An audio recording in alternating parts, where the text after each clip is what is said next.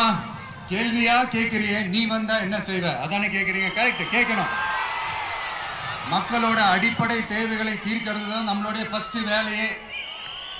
அதை தீர்க்கிறதுக்கான அந்த தேடி போறது, அதோட சொல்யூஷனை தேடி போறது தான் நம்மளுடைய ஃபர்ஸ்ட் அஜெண்டாவே. கொஞ்சம் வெயிட் பண்ணுங்க, தேர்தல் அறிக்கை ரெடி ஆயிட்டு இருக்கு. தெளிவான ஒரு தேர்தல் அறிக்கையாவது வரும். என்ன நம்புற உங்களை நான் டிசப்பாயிண்ட் பண்ணவே மாட்டேன்.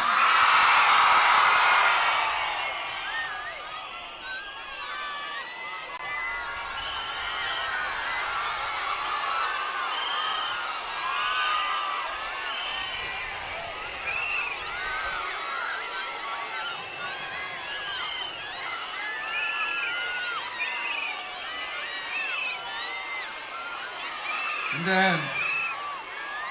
சும்மா ஆட்சிக்கு வரணும்ன்றதுக்காக இந்த நடைமுறைக்கு சாத்தியமே இல்லாத இந்த மாதிரி விஷயங்கள் எல்லாம், வாக்குறுதிகளை நான் என்னைக்குமே கொடுக்கவே மாட்டேன். அதே மாதிரி ஆட்சிக்கு வந்ததுக்கு அப்புறம் கூட அவங்க அது தரல, இவங்க இது தரல அப்படின்லாம் பம்மிக்கிட்டு இல்லாம உங்களுக்காக எந்த எக்ஸ்ட்ரீமுக்கும் போய் நான் போராடவும் தயாரா இருக்கிறேன். அதனால நான் மறுபடியும் இதை நான் ரிப்பீட் பண்றேன். இவ்வளவு நாள் இதை நான் மட்டும் தான் சொல்லிக்கிட்டு இருந்தேன். இப்ப களமே சொல்லுது, ரெண்டு பேருக்கு நடுவுல தான் போட்டியே.